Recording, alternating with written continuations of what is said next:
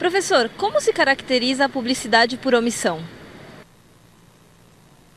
A publicidade por omissão, como nós dissemos, nosso primeiro bloco do tema do dia, ela se caracteriza pela falta de uma informação relevante. Entre as informações prestadas ao consumidor, que compõem a mensagem publicitária, existem informações fundamentais e existem informações periféricas. Cabe ao fornecedor veicular, divulgar, tornar público todas as informações necessárias, todas as informações essenciais. A partir do momento em que essas informações essenciais não são prestadas, nós temos a omissão. Então, a omissão é justamente em relação a este elemento, ao elemento essencial, ao elemento definitivo. Este elemento não pode ser omitido. Agora, em relação aos elementos periféricos, aos elementos secundários, nesse caso, o material publicitário, ele pode se omitir. A dificuldade prática qual é numa situação como essa? Entender qual é ou quais são as informações essenciais. As informações essenciais são aquelas que envolvem a definição do interesse. Numa compra e venda, o preço é relevante, as condições de pagamento, as características do produto e da coisa. Por essa razão, eu não posso me omitir em relação a isso. Dessa maneira, temos também que tomar muito cuidado nessa avaliação. E, através de um juízo crítico, estabelecer se a omissão realizada ela é uma omissão fundamental ou uma omissão periférica. Lembrem-se, o publicitário ele tem por hábito, da mesma forma que o fornecedor, em reforçar as informações que lhe interessam e deixar de falar aquelas informações que não são tão convenientes. Mas essas informações que não são convenientes não podem atingir a essencialidade.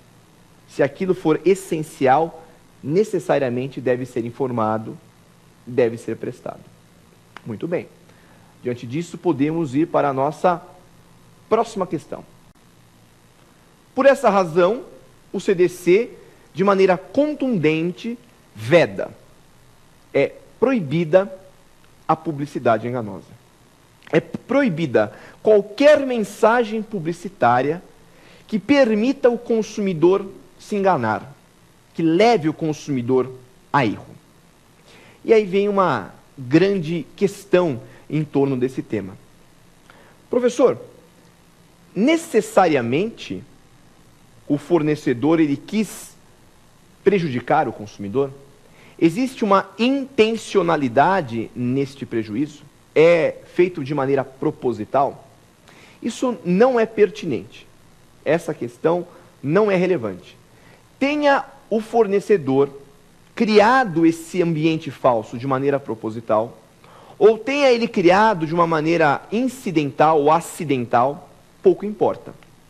Se o consumidor foi levado a erro, ele vai sofrer sanções, porque a publicidade é um instrumento de estímulo. O que nós devemos lembrar é justamente isso. A publicidade sempre funcionou como o principal elemento do marketing. É através dela que os desejos são revelados. E se é através dela que eu consigo perceber o que eu quero, eu tenho uma ideia pré-estabelecida, com base nesse material, com base nessa informação. Se eu percebo que esta ideia pré-estabelecida não corresponde à realidade, de alguma maneira, alguém está saindo um prejuízo. E essa pessoa é o próprio consumidor. Para evitar essa situação, vem a lei.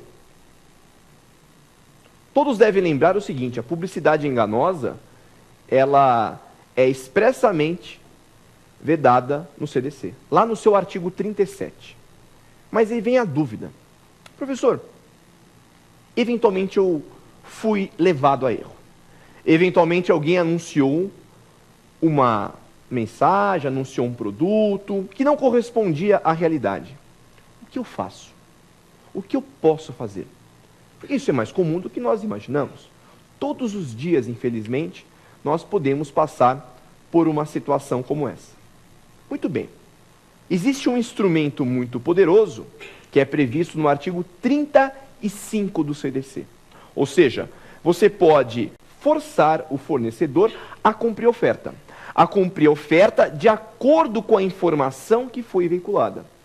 E não com a informação deturpada, e não com a informação falsa. Então essa é a primeira alternativa. Você foi lá, em razão de um material publicitário, em razão de uma mensagem publicitária, tentou comprar um produto, tentou adquirir um serviço, eis que percebeu que a mensagem não correspondia com a realidade. Você vai lá, vai buscar, através do Poder Judiciário, vai ingressar com uma ação de obrigação de fazer. Esta ação de obrigação de fazer permite ao consumidor, através do judiciário, exigir o cumprimento da oferta, nos termos em que ela foi apresentada, gostando o fornecedor ou não. Então, essa é a forma natural de proteção. E o ponto fundamental qual é?